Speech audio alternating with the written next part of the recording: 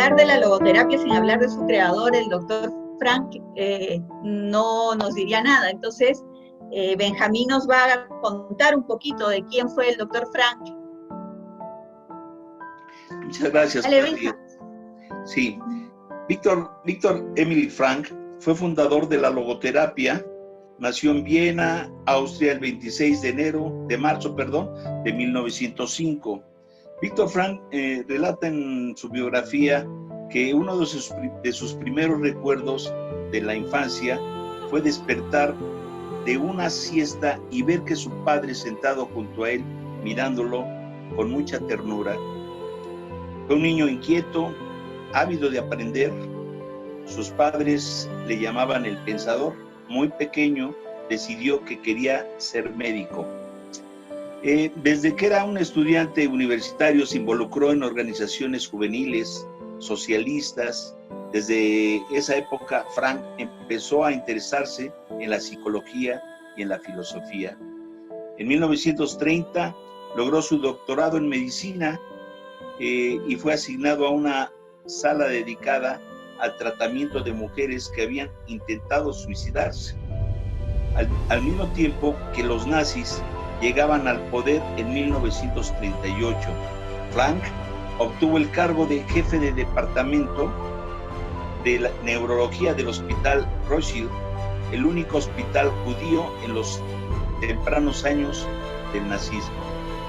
Muchos colegas y amigos emigraban ante la amenaza nazi y él tiene la posibilidad de obtener una visa para huir con su esposa a los Estados Unidos. Sin embargo, decide renunciar a ella para no abandonar a sus ancianos padres, a sus pacientes y a sus amigos. En 1942 a 1945, él, su esposa y sus padres fueron deportados a un campo de concentración cercano a Praga, el de Theresienstadt.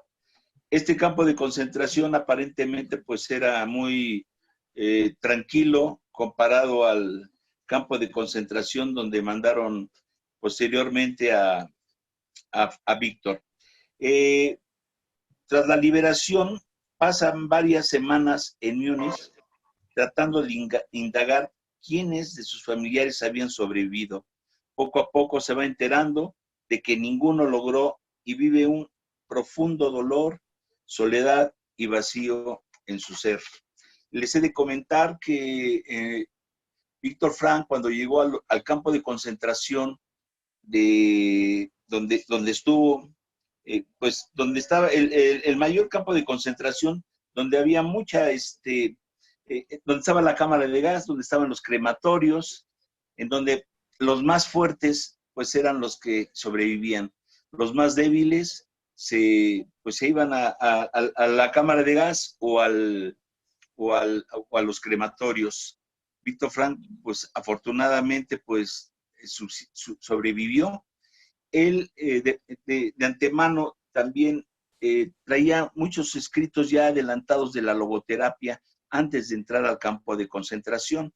Tenía un escrito en sus papeles, en un cuadernillo, en donde definitivamente no los pudo salvar.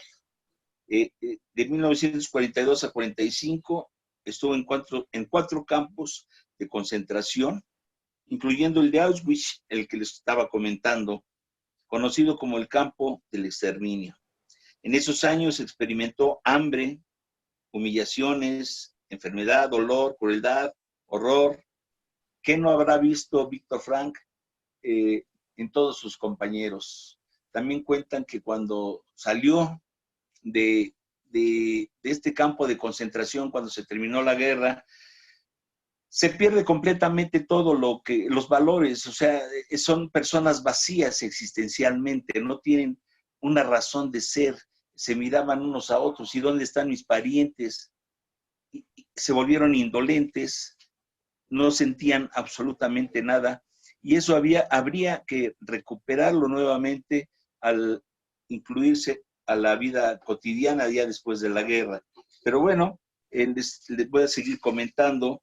Tras la liberación, pasan varias semanas en Múnich tratando de indagar quiénes eran sus familiares y quienes habían sobrevivido.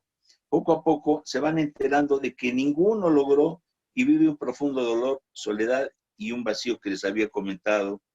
A su regreso a Viena, le asignan el departamento noveno distrito de Viena, en el que viviría el resto de su vida y es nombrado jefe del departamento de neurología en la Policlínica de Viena, puesto que ocupó durante 25 años.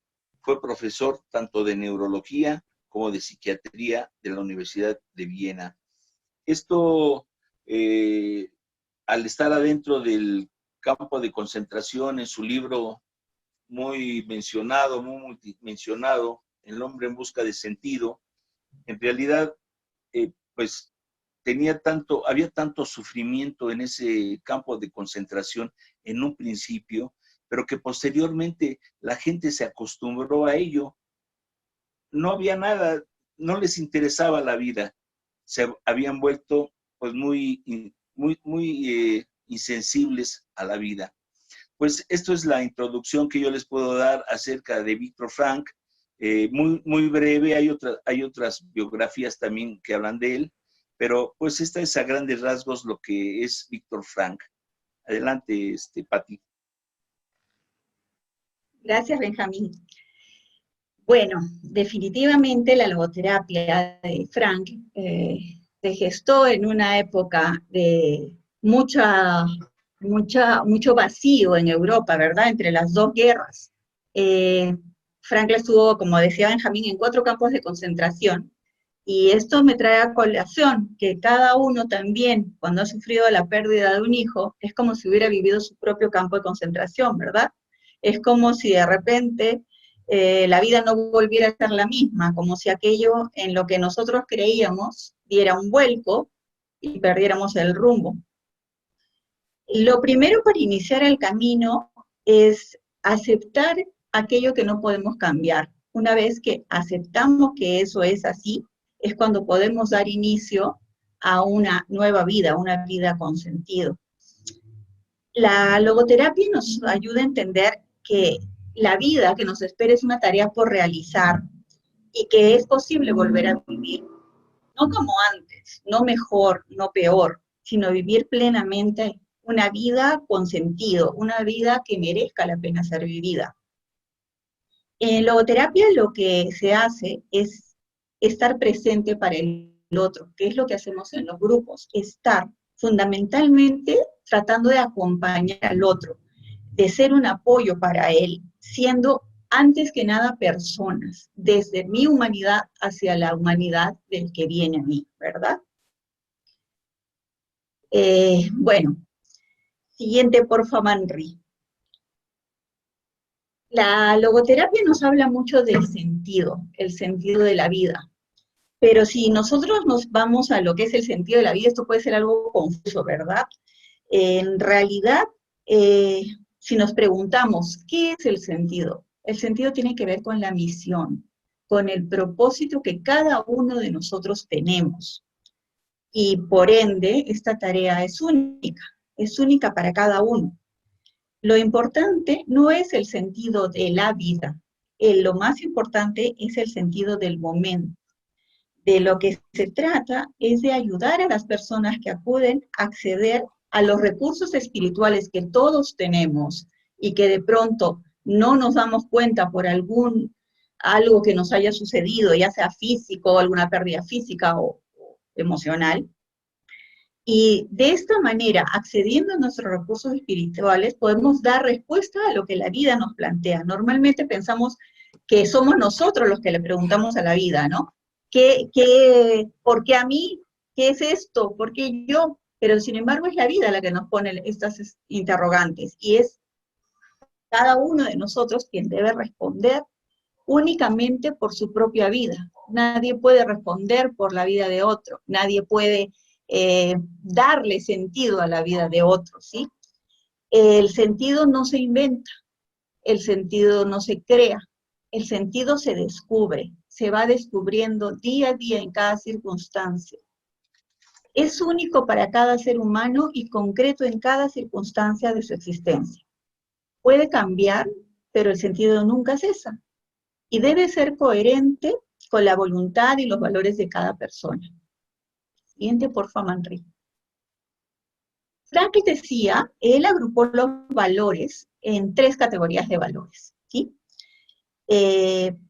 Para que nuestra vida tenga sentido, esta tiene que ser coherente con los valores que cada uno de nosotros tiene y con los valores de cada persona que acompañamos. Es por eso que nosotros en los grupos no aconsejamos ni decimos qué es lo que tiene cada uno que hacer. Cada uno puede hablar de su vivencia, de lo que hizo cada uno, de lo que decidió, y cada una de las personas optar por aquellos valores que realmente reflejen lo que le da sentido a su vida. Entonces les contaba que Víctor separó 3 categorías de valores. Los primeros eran los valores de creación, ¿sí? Es lo que nosotros le damos al mundo, en forma de trabajo, de arte, servicio, en lo que hacemos en los grupos. Y lo que cuenta aquí no es lo que hacemos, sino cómo hacemos lo que hacemos. Lo de nosotros, nuestra humanidad que ponemos en eso, en cualquier cosa que nosotros hagamos y que podemos ofrecer al otro, eso constituye un valor de creación. El siguiente tipo de valores son los valores de experiencia, que son aquello que nosotros recibimos del mundo, porque todos estamos conectados. Por ejemplo, el amor, ¿sí? Experimentar algo, sentir algo, por alguien. Por ejemplo, lo que recibimos gratuitamente, el contemplar la naturaleza tan bella que normalmente nosotros que estamos llevados por la vida y yo siempre digo, ¿no? Antes de que partiera nuestros seres queridos, en este caso nuestros hijos, es como que nosotros sentíamos que estábamos viviendo, ¿no? Y vivíamos porque salíamos corriendo, íbamos a trabajar, preparábamos el desayuno, trabajábamos, arreglábamos el carro, hacíamos todo lo que teníamos que hacer, pagábamos cuentas. Y de pronto, cuando nuestros seres queridos parten, es como que antes hubiéramos estado viviendo, yo lo digo, yo me lo imagino así, como con unos lentes oscuros, ¿no? Unos lentes que nos impedían ver realmente el mundo como era. Y en el momento en que esto sucede es que nos quitamos los lentes y abrimos ese mundo, esa mirada. Entonces, empezamos, es el momento de empezar a percibir eso, esas cosas que nosotros no habíamos descubierto. Por eso hay algunas circunstancias en las que el escribir nos ayuda tanto, el salir al aire, a la naturaleza, el estar en contacto con el otro. Esos son los valores de experiencia, ¿sí?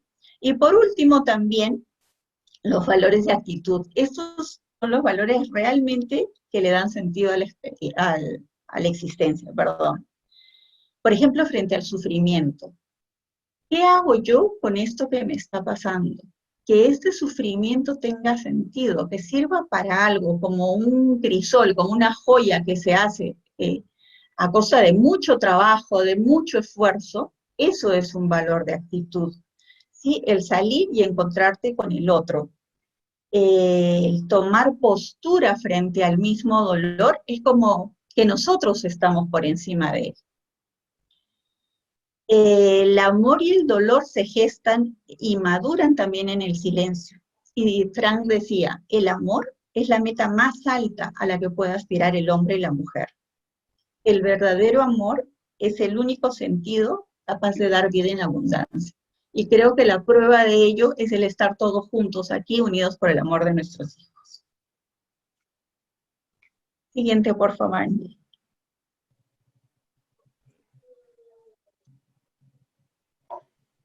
Cuando parte un ser querido, surgen muchísimas preguntas, ¿no?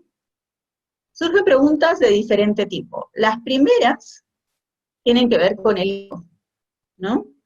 ¿Por qué a él? ¿Por qué a ella? ¿Por qué ahora? ¿Por qué en este momento? ¿Por qué no me di cuenta? ¿Por qué no lo cuidé?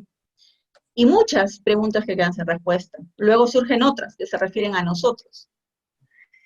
¿Qué voy a hacer? ¿Qué va a ser de mi vida? ¿Cómo voy a vivir sin él? Y es entonces que estas preguntas nos llevan a darnos cuenta de que ya no somos quienes fuimos antes. Que pretender ser como antes con un hijo al que no tenemos es imposible. nos damos cuenta de que hemos cambiado para siempre, que nos hemos transformado en otra persona. Y a partir de esta toma de conciencia, de darnos cuenta, es que surge el desafío que dice ahí. ¿Quién seré ahora? ¿Cómo seré a partir de ahora? ¿Estoy dispuesto o dispuesta a asumir ese desafío? A darme cuenta de que solamente yo soy responsable de asumir libremente la actitud con la que voy a vivir mi vida en este momento.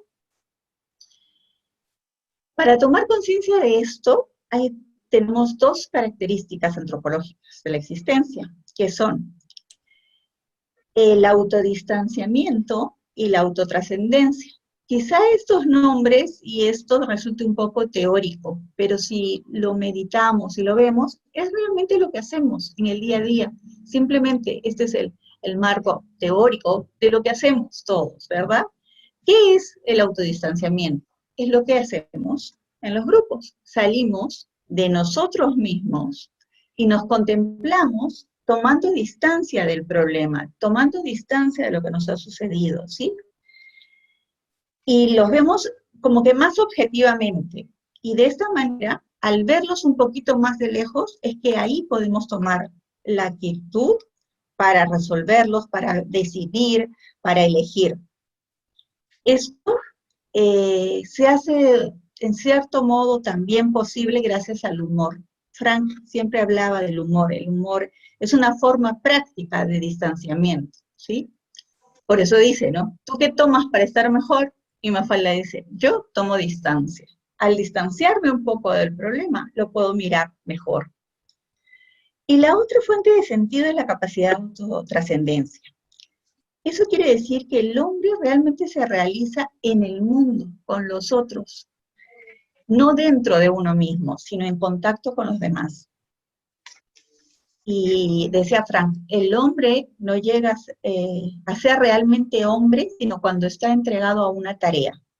Cuando se olvida de sí mismo, de lo que le acontece, para ponerse al servicio de una causa. Al entregarse al amor de otra persona u otras personas. Y es en la trascendencia donde se encuentra la verdadera esencia de la existencia de cada uno. El hombre es un buscador neto, la siguiente, por favor. Es un buscador de sentido. Eso es en lo que difiere la logoterapia de las otras psicoterapias. Por ejemplo, decía Freud, ¿no? Hablaba de la búsqueda del deseo, hablaba de Adler de la búsqueda del poder, pero sin embargo Frank decía, no, ahí hay algo más, hay algo a lo que no están llegando estas psicoterapias. Y es eso, es el sentido que viene de la parte espiritual del hombre que todos tenemos. Y cuando yo hablo de parte espiritual, no me refiero a lo religioso, porque solemos confundir espiritualidad con religiosidad. Y no es así, somos seres tridimensionales, que somos cuerpo, mente y espíritu. Ese espíritu, esa fuerza es de lo que habla Frank. Entonces, decía Nietzsche, y también lo tomó Frank, decía, Nietzsche decía un porqué, y Frank decía, quien tiene para qué vivir es casi capaz de cualquier cómo. Quien encuentra una misión, un sentido, es capaz de responder a la vida poniéndole fuerza, poniéndole ganas y saliendo adelante. Frank decía, encuentra que la muerte puede enriquecer el sentido de la vida, aunque parezca paradójico. Y dice que el sentido de la existencia humana se basa en el carácter de irreversibilidad de la vida. La vida no es reversible, sucede. Y dice también que si el hombre fuera inmortal, podría demorar cada uno de sus actos infinitamente, porque no tendría final, no tendría cuándo concluir. Y no es la duración de una vida humana en el tiempo lo que determina la plenitud de su sentido. En mi caso, por ejemplo, y quizás sea el caso de algunos de otros, mi bebé murió antes de nacer, pero vivió en mí alrededor de 7 meses y medio. Esa vida tuvo sentido, y es lo que me tiene aquí en este momento. Hay personas que viven muchísimos años, no importa la cantidad de tiempo, ¿sí? Importa el sentido que tuvo esa vida única, esa vida importante, que quizá el sentido en el momento no lo encontremos en el momento de la pérdida, pero lo vamos hallando. No elegimos nosotros existir o no existir, pero sí nuestro ejercicio de la libertad determina la forma de la existencia de cada uno de nosotros.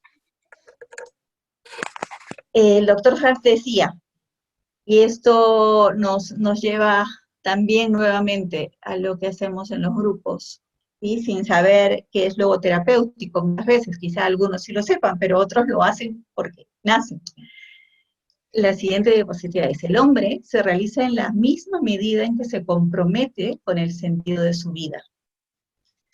No hay nada en el mundo que capacite tanto a una persona para sobreponerse a las dificultades externas y nuestras limitaciones internas como la conciencia que tenemos cada uno de tener una tarea en la vida. Entonces, eso es lo que intentamos ayudar a descubrir. En el momento en que todo se ha hecho un nudo, en el momento en que no vemos más allá, es acompañar a estas personas, primero, a expresar sus emociones, a darse cuenta de qué es lo que nos está sucediendo. Y después, al salir esto, darnos cuenta de que cada uno tiene una misión. Dice también que el dolor hace lúcido al hombre y al mundo transparente y que abre las perspectivas hasta el fondo, ¿verdad? Cuando uno ya está así como que muy profundo, ese dolor nos impulsa a salir adelante y encontrar el significado, ayudando a los demás a encontrar el significado de su vida. Benjamín podría ayudarme con algunas otras frases o citas de la logoterapia. Muchas gracias, Patti. El hombre se autorrealiza en la misma medida en que se compromete con el cumplimiento del sentido de su vida. En esta reflexión que hace Víctor Frank, la entendemos de esta forma. Si yo no me autorrealizo en la misma medida en que me comprometo con el cumplimiento del sentido de vida, estoy desfasándome. Yo tengo que comprometerme verdaderamente y ser responsable de esa libertad que tengo yo como ser humano para poder hablar y decidir lo que yo tengo que hacer. Nadie más va a decidir lo que yo tengo que hacer. Y esa es mi autorrealización. En la medida en que yo me autorrealizo, voy trascendiendo paso a paso y visitando ese sentido de vida. Por ejemplo, si yo me comprometo a decir, mis actitudes deben de cambiar completamente. Si yo me comprometo conmigo mismo a cambiar mi manera de estar, de ser, en el momento en que yo recibí esta noticia de muerte de mi hijo, pues yo tengo que proponerme a cambiar. Pero mientras tanto, claro, no estoy dispuesto porque no sé ni qué hacer, no sabía ni qué hacer. Entonces, en ese momento, pues empiezo a caminar en ese camino que todos transitamos en un principio, ese camino tortuoso, lleno de espinas, lleno de sinsabores, con un vacío existencial tremendo en donde uno no sabe qué hacer. Pero tarde que temprano, al cambiar mis actitudes y que de alguna manera el tiempo soluciona algo, de alguna manera, porque si yo no pongo en mis actitudes adelante, el tiempo no va a servir de nada para mí. Habrá personas que tengan 20 años que partió su ser querido y la verdad siguen todavía con el mismo sufrimiento, con el mismo dolor. Por eso el lema de nuestras agrupaciones, que es sí a la vida a pesar de todo, tenemos que hacernos responsables, como lo decía también Patti en su exposición anterior, tenemos que ser responsables de la libertad que hemos encontrado. Y la persona, dentro de sus obvias limitaciones para darle un sentido a esta existencia, para darle una directriz, y en cuanto yo la tenga, pues yo voy a estar autorrealizándome y ir encontrando cada vez más sentido a la vida de un para qué, no un por qué, hacerme las preguntas, por qué, sino simplemente un para qué voy a hacer esto, para qué voy a hacer aquello, para qué voy a hacer esto, para darle una trascendencia, una resignificación a mi ser. Con respecto a la otra reflexión que nos dice Víctor Frank, las ruinas son a menudo las que abren las ventanas para ver el cielo. Desafortunadamente, esas ruinas que nos encontramos en el camino, en el primer día de dolor, de sufrimiento, de negación, de culpa, desafortunadamente nuestra psique nos empieza a jugar mal, a hacernos malas jugadas en nuestra mente. Empezamos a sentirnos culpables de algo que no lo somos. Empezamos a sentirnos solos con esa realidad. Andamos buscando a alguien que me diga qué sigue ahora, qué es lo que tengo que hacer, qué es, me siento solo, ayúdenme por favor. Afortunadamente, algunas personas encuentran un lugar en donde, a donde llegar, que es una agrupación, que en mi caso fue las agrupaciones que coordinan Nico y Rox. Yo me encontraba solo, era un invierno, el primer invierno que yo pasé, me sentía en la ruina, la oscuridad, llovía y me ponía a llorar por todo, porque pasaba una mosca, porque pasaba el otro, estaba completamente vacío. Y empecé a encontrarle sentido a mi vida conforme mis actitudes iban cambiando hacia la vida. Y yo decía, yo no tengo por qué estar así, no, esta no es mi vida. A mi hijo no le gustaría que yo estuviera así. Yo no debo de convertir a mi hijo en un verdugo, sino debo de convertirlo en un gran hombre que existió en mi vida, que lo abracé, que lo disfruté, que estuvo desde pequeño en mis brazos y que de alguna manera yo lo sentía enormemente. Pero esas ruinas que sentimos verdaderamente nos hacen reaccionar. Tenemos que sacudirnos esa cabeza de ese sufrimiento que sale de la psique y convertir ese sufrimiento ya no en sufrimiento, sino en un dolor. En un dolor no es lo mismo que sufrimiento. Este dolor ya se va atenuando cada vez más ese impacto que sentimos en un momento y que a su vez ese dolor se va convirtiendo y realizándose en algo maravilloso que, como lo dice también Víctor Frank, tenemos una voluntad de sentido y tenemos que cumplir espiritualmente unas partes de la espiritualidad, es el amor.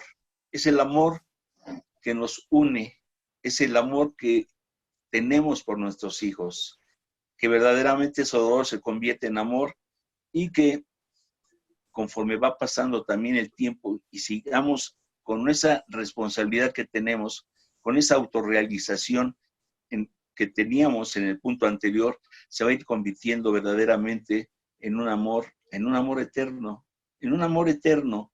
Y yo creo que ese dolor se desaparece completamente y se incorpora en nosotros esos valores espirituales, que es verdaderamente ese amor, esa compasión, ese cambio de persona en mi ser hacia las demás gentes, porque nuestra vida cambió completamente y debe de cambiar para bien. Y por último, Exacto. el amor, sí, perdón. Y por último, yo quería dejar esa última reflexión sí, para adelante. hacer un pequeño paréntesis. Tú hablaste, y justo eso me dio pie para comentarlo, de la soledad en la que se siente uno cuando suceden estas cosas, ¿no?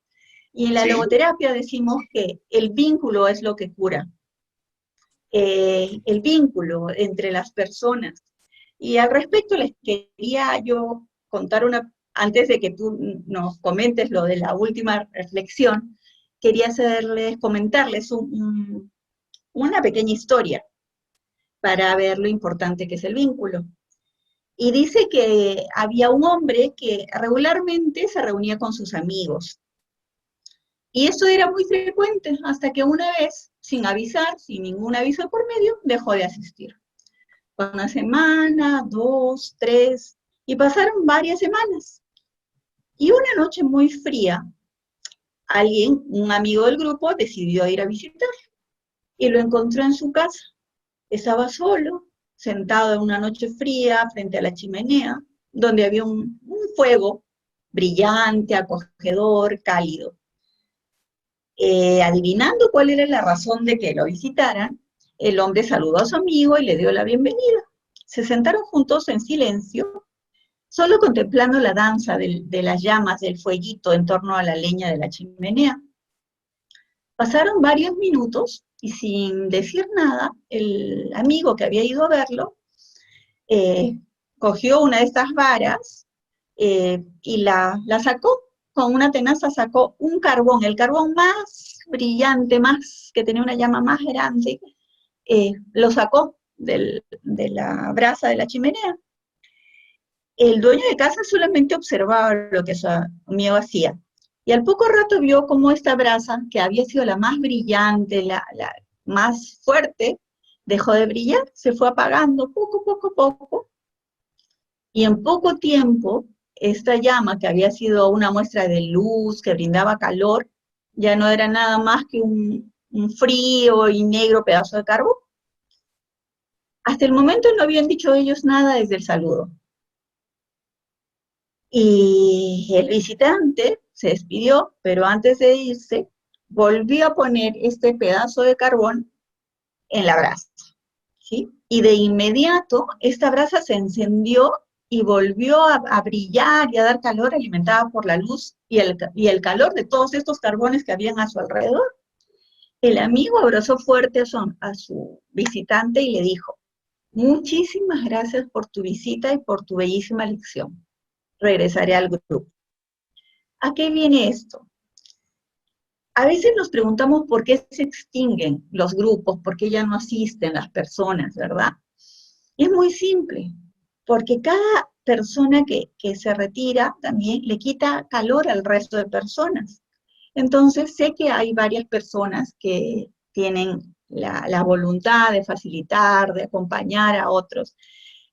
Eso es importante que las personas que faciliten le recuerden a cada persona lo importante que es cada uno de ellos en los grupos, que cada uno de nuestros fueguitos se mantengan unidos de forma que esta llama de amor que nos han dejado nuestros hijos se mantenga siempre viva.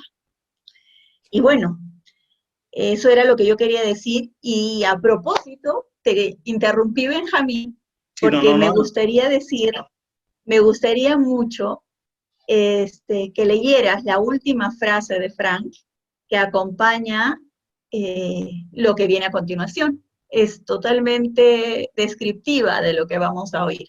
Ok. La última reflexión es la siguiente. El amor trasciende la persona física del ser amado y encuentra su significado más profundo en su propio espíritu, en su yo íntimo. En realidad, esta frase es el encuentro que uno va a tener con su propia espiritualidad en el interior de su ser. Suena muy fácil decirlo, pero se logra si nosotros ponemos esa actitud positiva hacia la vida. Ese encuentro que uno tiene, yo se los puedo decir en mi persona, como un ejemplo. Cada quien de ustedes tiene también sus formas y sus vivencias que tuvieron, pero ahora las van a encasillar en un encuentro con su interior. Las van a encontrar que es el propio amor que ustedes tienen dentro y que lo van a proyectar hacia su exterior para cambiar todo lo que les rodea, toda esa soledad que tienen.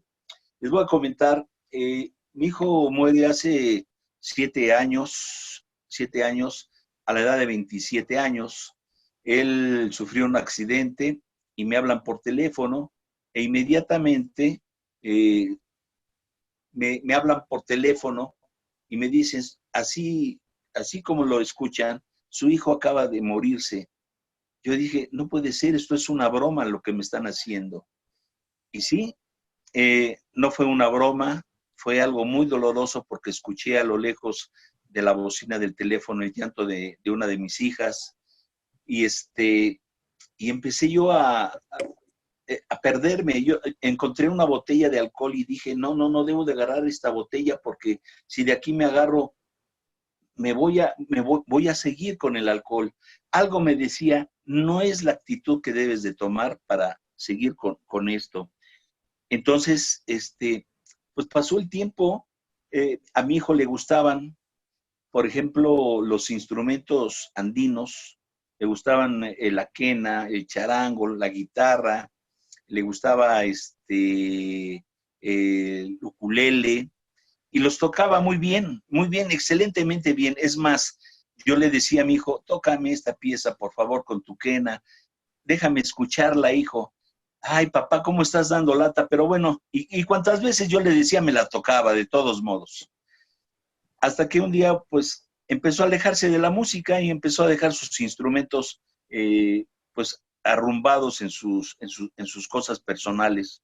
Y le dije un día, oye, hijo, regálame tus instrumentos, los voy a mandar a arreglar, a afinar, para colgarlos en la pared y que se vea bonita mi recámara con tus instrumentos. Me dice, papá, precisamente ya había pensado yo en arreglarlos, pero para volverlos a usar. Pasaron como 3 o 4 días y sucedió lo que les comenté.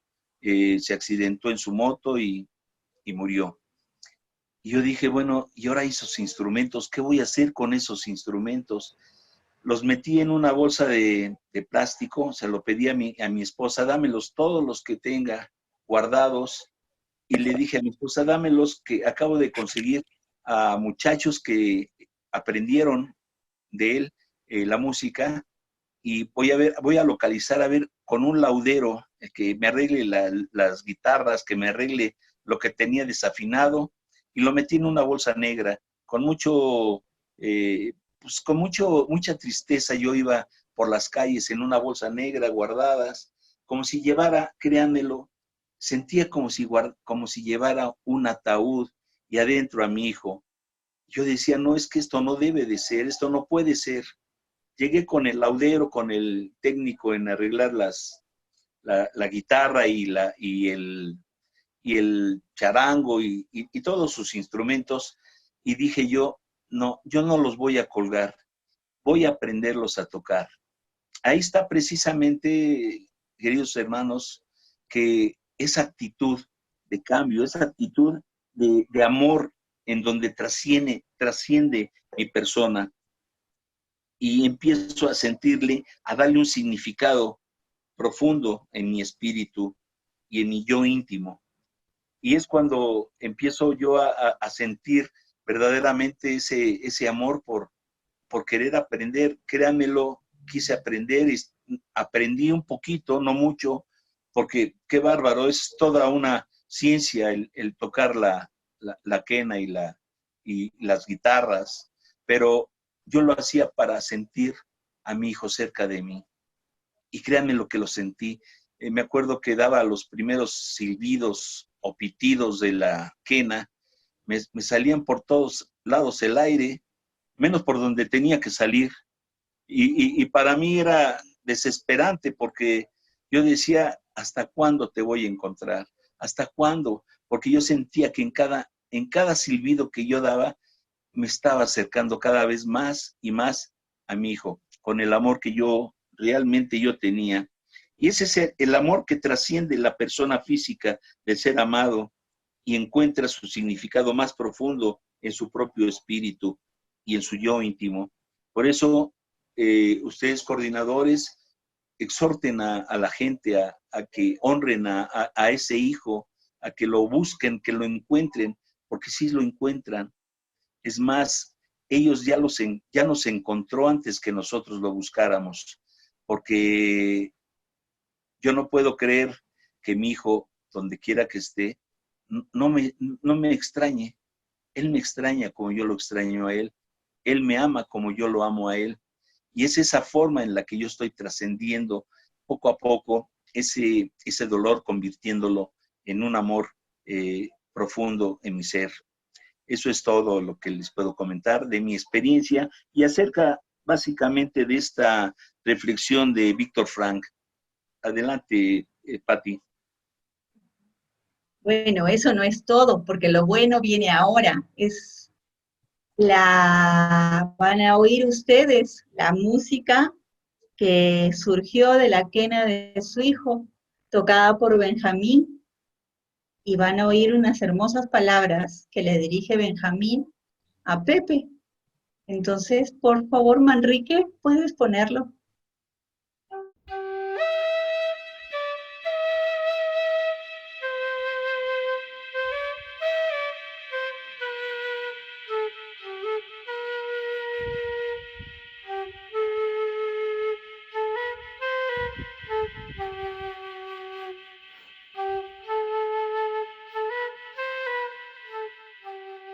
Hijo Pepe, te escribo esta carta con la finalidad de sentirte y de escucharte. ¿Cuántas veces te cargué? Jugué cuando eras un pequeño y ahora que eres un joven, te veo como un compañero. Hijo, en esas noches que pienso en ti, miro hacia las estrellas y en una de ellas estás tú. Y te empiezo a mirar cerca de mí. Te extraño mucho, pero mi amor es más fuerte que el sentirte sin ti físicamente. Mirándote cerca, palpar con mis labios ese instrumento que tan bonito halagabas mis oídos. Ahora trato de tocarlo para sentir tus labios y besarte. Mirándote cerca, siento tu amor que tienes por mí, porque no nada más yo te ansío. Tú también lo haces desde donde estás, estoy seguro. Y es cuando le encuentro a mi ser un sentido de vida. Me despido, hasta luego, hijo, y siempre estaré mirándote cerca.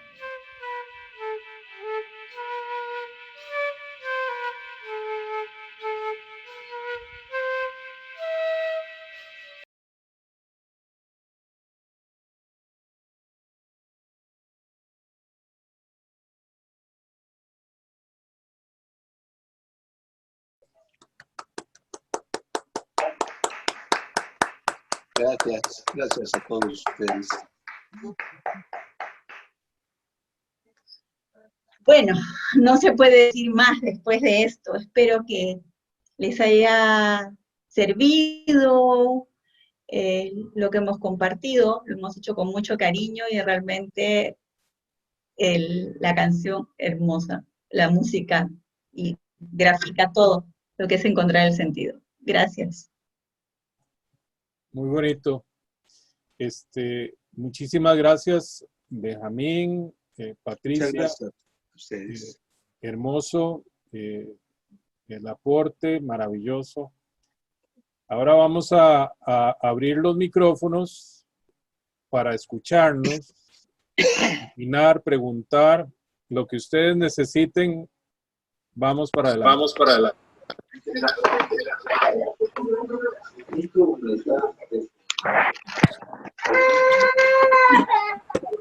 Ok. ¿Quién le gustaría preguntar? ¿Alguien quiere preguntar algo? ¿No quiere preguntar? ¿Cómo sienten? Dale. Hola. Hola.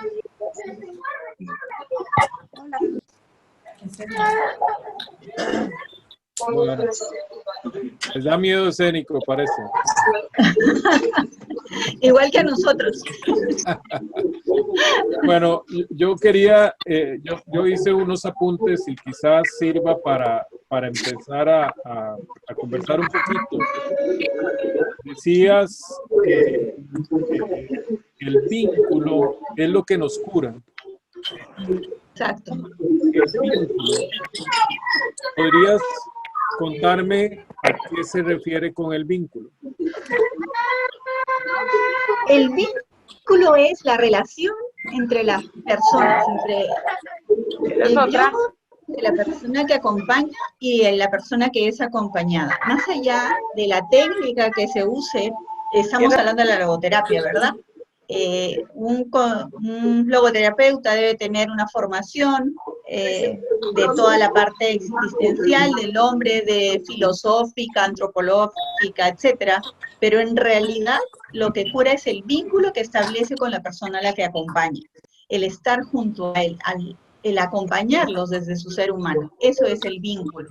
Ese vínculo es el que se ve ahorita, el que se palpa entre cada uno de nosotros. Eso es realmente, más allá de todos los conceptos que podamos decir o explicar, lo que cura a las personas es eso, ese amor que trasciende, que va de mí hacia ti y viceversa. Ok, estamos hablando de la cercanía, el abrazo, la compañía. Exacto. Ok. ¿Alguno más quisiera preguntar? Yo, William Orozco. Por favor. Hola, Willy. Hola, oiga, la verdad no tenía o no sabía qué cosa era acerca de la logoterapia y créanme que con esto me abren paso a que yo busque fue el por qué estoy aquí después de la transición que tuvo mi niña, Grecia. Sé que debo de buscarlo y sé que por algo vino aquí. Ella fue hecha de amor y es de amor. Y agradezco mucho a Patti, Benjamín, Manrique por este taller, la verdad. Sé que va a ayudar a mí y a mi esposa. Agradezco a todos y cada uno, y principalmente a Nora, que fue la que me invitó a este taller. Le agradezco mucho, que Dios los bendiga bastante y felicidades, Manrique. Sé que cada vez que tocas ese instrumento está tu hijo contigo y sabe que lo amas. Y a todos. Gracias. Gracias. Gracias. Y esa Benjamín. Benjamín es el músico entre nosotros. Sí, así es, ya lo he escuchado. Felicidades, Hermoso. Benjamín. Muchas gracias, al contrario, al contrario.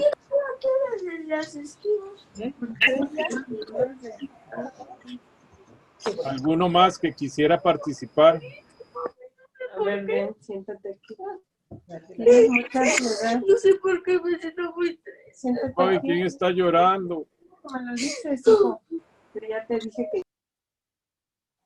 ¿Alguno más que quiera participar? Si no, les vamos a hacer una evaluación. Hola, Enrique. Emma, Hola. Emma, Sí. dinos. Hola, Emma. Bueno, desde Costa Rica, bueno, primero agradecer a Patricia y a Benjamín. Me emocionó muchísimo la melodía, definitivamente. Se siente ese vínculo de amor ahí, ¿verdad? Y en el caso de Patricia, pues yo 100% identificada con ella porque en el caso de nosotros eran 2 bebés y en el caso de Angélica, que fue la pérdida hace 3 años, estaba a punto de nacer. Nosotros siento que escuchando todo lo que nos enseñaron hoy, hemos como hecho que hace un tiempo como ese paso, ¿verdad? Yo siento que el amor tan grande que ella nos dejó, que en nosotros encontráramos un propósito, ¿verdad? Tanto para la vida de ellos como para la vida nuestra, porque Sí, realmente la vida cambió. En mi caso personal, yo trato de apoyar a otras mamás que han pasado por lo mismo y que están pasando en este momento, y siento que tal vez la pregunta o la más enfocada al hecho de que cuando yo siento que yo ya he avanzado en mi proceso de duelo, pero cuando usted está ayudando a otras personas empezando en el proceso de duelo, en el caso de nosotros que son bebés, ¿verdad? Que aunque el proceso es muy similar al de ustedes que tienen hijos grandes, las condiciones son diferentes. ¿Por qué? Porque en el caso de nosotros, las que tienen la posibilidad de poder ser madres, el miedo que enfrentan al volver a quedar embarazadas es algo que obviamente no pueden dejar de lado tan fácilmente, ¿verdad? Entonces está entre el miedo de volver a quedar embarazadas o la expectativa de que si voy a quedar o no embarazada, ¿verdad? Entonces, siento que están como lidiando al mismo tiempo entre el dolor que estoy sintiendo por el bebé que murió y mi ansiedad o mi anhelo de volver a ser mamá. Entonces, no sé si Patricia en ese sentido tal vez me pueda dar como, no sé, o un comentario, una luz, porque cuando yo trato de apoyarlas a ellas con relación a eso, bueno, en mi caso personal, yo cuando perdí a Angélica me hicieron una esterectomía, entonces mi posibilidad de ser mamá biológicamente, pues se extinguió ahí, ¿verdad? Pero cuando yo trato de apoyarlas a ellas con relación a eso, pues yo me imagino que ellas cargan con este tema de esa ansiedad de volver a ser mamás. Tal vez en mi caso, por un tiempo fue frustración, ¿verdad? Porque yo no pude, o sea, yo tuve que también llevar un proceso de duelo al lado del proceso de la muerte de mi hija y era el no volver a ser mamá. Y ese mismo proceso llegó un momento en que llegó la aceptación para mí. Ya para mí, digamos, esa parte ya es algo que no me hace sentir un sufrimiento como tal, sino que yo logré, digamos, aceptar esa parte. Pero el caso de ellas es diferente, ¿verdad? Porque ellas están ahorita entre un miedo y una ansiedad de volver a ser madres y al mismo tiempo están llevando un proceso de dolor. Entonces, no sé si me di a entender. A ver, sí, sí, claro. Te agradezco la pregunta y espero poder resolverla. A ver, yo siento que tiene que ver también con la aceptación de que no somos invulnerables. O sea, antes de que suceda esto sentimos como que tenemos todo controlado, ¿no? Tenemos todo bajo control, tomamos todas las previsiones y la muerte nos sorprende porque nos toca a todos. Y es algo que nosotros no podemos controlar. Cuando sucede esto, como bien dices, está el miedo ante lo que podría pasar si saliera embarazada y las ansias que tiene uno de salir embarazada. Pero bueno, la vida nos sigue sorprendiendo. Y en principio creo que es ser conscientes de que seremos mamá por siempre. Así no podamos volver a serlo físicamente. Ese bebé que no nos acompaña físicamente es y está con nosotros siempre. Entonces, ya somos mamá. Nos queda el amor también. Y bueno, eso es lo que podemos seguir dando. Y te decía yo que la vida siempre nos sorprende, porque nosotros en nuestra calidad de seres humanos siempre pensamos que lo sabemos todo. Y en mi caso fue que cuando murió Angelito, a mí me dio septicemia y estuve muy mal. Me hicieron, ya era la segunda cesárea y era un embarazo de muchísimo riesgo y de mucho cuidado posterior por lo mal que yo había estado. Independientemente, yo tengo hipotiroidismo, lo cual es una condición que también hace que sea un poco más complicado que se den las condiciones tan fácilmente para dar a luz, para tener otros hijos. Y bueno, Angelito murió en junio y yo fui unos 5 meses después a mi endocrinólogo para que me regulara todas las hormonas, ¿no? Porque es algo que varía muchísimo en el embarazo. Y le conté que estaba ahí porque había tenido una pérdida casi a los 7 meses y medio, un poquito más, y que quería ver cómo iban las cosas. Y la gran sorpresa fue que estaba embarazada otra vez. Y era algo que yo no me esperaba, o sea, de hecho no lo esperábamos ni mi esposo ni yo, estábamos todavía con el proceso de duelo, y bueno, ¿no? La cosa fue también que era el embarazo que estaba en curso era de muchísimo riesgo, dado que estaba muy, muy próximo, muy cerca de la operación de la cesárea y todo lo que había sucedido. Entonces, yo creo que las cosas se dan cuando se tienen que dar. El miedo es natural, el miedo es comprensible, pero a mí me enseñó esa experiencia que por mucho miedo que sintamos, las cosas se van a dar como se tienen que dar. El miedo nos amarra un poco, nos hace ponernos tensas cuando no podemos resolver las cosas. La vida siempre nos sorprende y es el día a día, ¿no? O sea, ir respondiendo en el momento a lo que la vida nos dé. Entonces, a las mamás que se encuentran en esa disyuntiva, decirles eso, o sea, paso a paso, ¿no? Se dará en el momento que se dé, y es que se dará, o no meterse en ese miedo, y sí, porque es como los hubiera, ¿no? Si yo hubiera, son cosas que no se realizan necesariamente, y que muchas veces las ideas que nosotros tenemos nunca suceden, están ahí dando vueltas y son más grandes, ¿no? Y perdemos mucha vida en esas posibilidades, y bueno, eso es. No sé si respondí lo que me preguntabas. Sí, sí, muchas gracias, muchas gracias. Y yo trato de hablar desde ese punto, ¿verdad? Del hecho de que ellas tienen que si algo creo yo que nos enseñó lo que nos pasó, es que no tenemos el control de nada, ¿verdad? Y que al final las cosas van a pasar, buenas o malas, van a pasar. Y nosotros tenemos que aprender a confiar.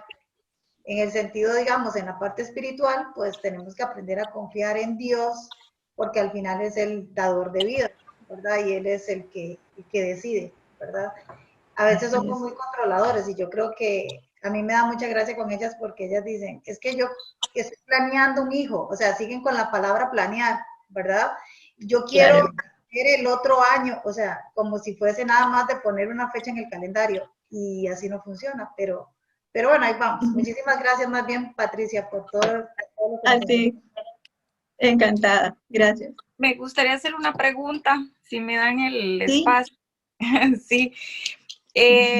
Mi pregunta es, bueno, después de 4 años de haber separado de Moisés físicamente, de mi hijo,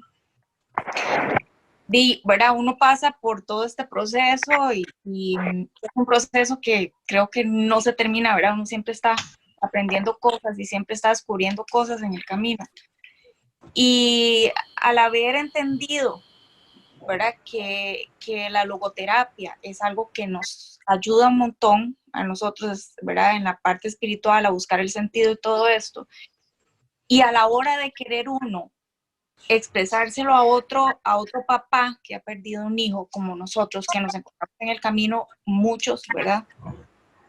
¿Cuándo sería el momento indicado para hablarle a un papá que acaba de perder a su hijo 1 mes, 15 días, ¿verdad? Que está uno tan bloqueado, que usted no quiere que le hablen de nada, mucho menos de que busque el sentido de la vida porque usted no lo ve por ningún lado. Entonces, ¿cuándo sería el momento indicado para poder entrarle, digamos, a ese papá a explicarle estas cosas para poder ayudar, ¿verdad? De poder acompañar y explicarles que así es como uno ha podido trascender este dolor, ¿verdad? Que así es como vamos caminando de esta forma. Y a veces la gente no lo entiende porque hay personas que, bueno, cuando acaba de pasar, para uno lo más fácil es tomarse una pastilla y acostarse a dormir, pero sabemos que eso es lo más fácil de hacer. Pero cuando uno se levanta y trata de hacer cosas y trata de buscarle por algún lado esa luz a esto, sabemos que es la única manera, ¿verdad? De trascenderlo y de soportarlo. Entonces, mi pregunta concreta es eso, ¿cuándo es el momento indicado de poder hablar con un papá sobre esto? Sobre esto, gracias por la pregunta. ¿Te refieres sobre la logoterapia como tal o sobre el proceso del duelo? Sobre la logoterapia. Ok, yo creo que más que hablarle de la logoterapia, es hacer logoterapia. Y como les decía hace un momento, la logoterapia es obvia. Yo creo que es logoterapia estar ahí. El hecho de estar y decir, aquí estoy para ti, incluso sin necesidad de hablar, simplemente estar en cosas concretas, en compañía, en acompañar las lágrimas, en ayudar en algo, en cosas concretas de la casa o lo que fuera, eso también es acompañar. Definitivamente al comienzo, si les decimos cosas que, lo que a mí personalmente me ayudó mucho, que en realidad era el que ser escuchada, el tener la oportunidad de ser escuchada, y yo recuerdo que me decían tantísimas cosas, que yo te entiendo, que sí, que haz esto, haz lo otro, y lo único que pensaba yo en mi cabeza era, no me entiendes porque no pasaste por esto. Claro que no se los decía, ¿verdad? Yo agradecía muchas gracias, pero era como que, no me entiendes, y yo pedía cada noche, ojalá pudiera hablar con alguien que hubiera pasado por algo similar, porque todos los duelos son únicos. Y bueno, entonces creo que el hecho de saber que hay alguien que también perdió un hijo, es como que te conecta. Simplemente eso, porque entiendes que esta persona sí está entendiendo, y aún su duelo sea distinto, como lo son, está conectando con eso. Entonces, independientemente de hablarles, claro, todo tiene un proceso y en algún momento algo saldrá y suscitará esa ansia de aprender más, de saber, ¿no? Lo que hacemos a veces es sugerir, a veces en los grupos se sugieren algunos libros, y nosotros sugerimos, mencionamos si han leído El hombre en busca de sentido, y hacemos, o sea, algo muy breve, ¿no? Se trata, decíamos de qué se trata, en muy chiquitito, y las personas que sienten esa necesidad en ese momento lo buscan inmediatamente. Hay personas que les toma más tiempo, ¿no? Pero bueno, es eso, estar con la persona. Poco a poco se irá llenando más. Muchas gracias, muchas gracias. A ti. Gracias. ¿Alguno más que quiera participar? Yo, Nico, Nico, pues yo nada más felicitarte a ti por este primer proyecto, este primer programa, que sean muchos. Felicitar a Benjamín, que nos abrió su corazón, y felicitar a Patti, que realmente el poder verlos, sentirlos, compartir, aunque sea un momento, realmente es una experiencia, se me enchina la piel, la verdad. Entonces, es algo que yo disfruto, el poder estar compartiendo con gentes, y más en esta ocasión de diferentes países y de diferentes estados de aquí de la ciudad. Es algo que realmente me motiva mucho a continuar llevando una vida de servicio, que yo creo que la mayoría de los que estamos aquí es realmente lo que buscamos. Y al final es eso, lo estamos haciendo por ese gran amor que nos dejan nuestros hijos, que es la principal herramienta que todos tenemos, y que en su momento podemos seguir aportando y dando. Gracias. Gracias. Gracias a ti. Gracias, Nico. bueno, yo también tengo que darle las gracias por haber creído en que se pudiera hacer esto. Es la primera vez, esperamos que sea de muchas, y que los que han escuchado y tengan algo bueno que compartir, algo grande, algo hermoso, lo podemos hacer a través de este medio que afortunadamente nos pertenece a todos, es decir, está a disposición. Y yo he quedado encantado, he leído de la logoterapia, pero la logoterapia se puede hablar muy confusamente para que solo muy pocos la puedan asimilar. Así es. Muy comúnmente, que es la vida, ¿no? Porque la vida es trascender. Y bueno, está dicho en todo lo que nos compartieron. Me gusta mucho el hecho de decir que hay que ayudar a descubrir el sentido. Me parece que ese es un enorme aporte para los que estamos en los grupos, es ayudar, no es imponer, no es decirle usted tiene que pensar de tal manera, es que esa persona que está quizá viéndose solamente el ombligo busque ver hacia otra parte. Nuestra tarea es ayudar a descubrir esa otra parte. ¿Quién sabe cuál es? Él deberá de buscarla, y la otra es hacer logoterapia, ¿no? Esa es la vida, ¿no? Es lo que estamos haciendo aquí y la diferencia, les voy a decir, me parece que es la conciencia de saber qué estoy haciendo. Es Porque correcto. aquí se pudo haber sentado cualquier otra persona, hubiera estado la hora y pico que vamos a invertir en esto, y lo único que podía haber estado es viniendo. Es decir, solo viendo a ver qué se habla, a ver qué pesca. Bueno, estoy seguro que todos nosotros estamos aquí para poder ayudar más.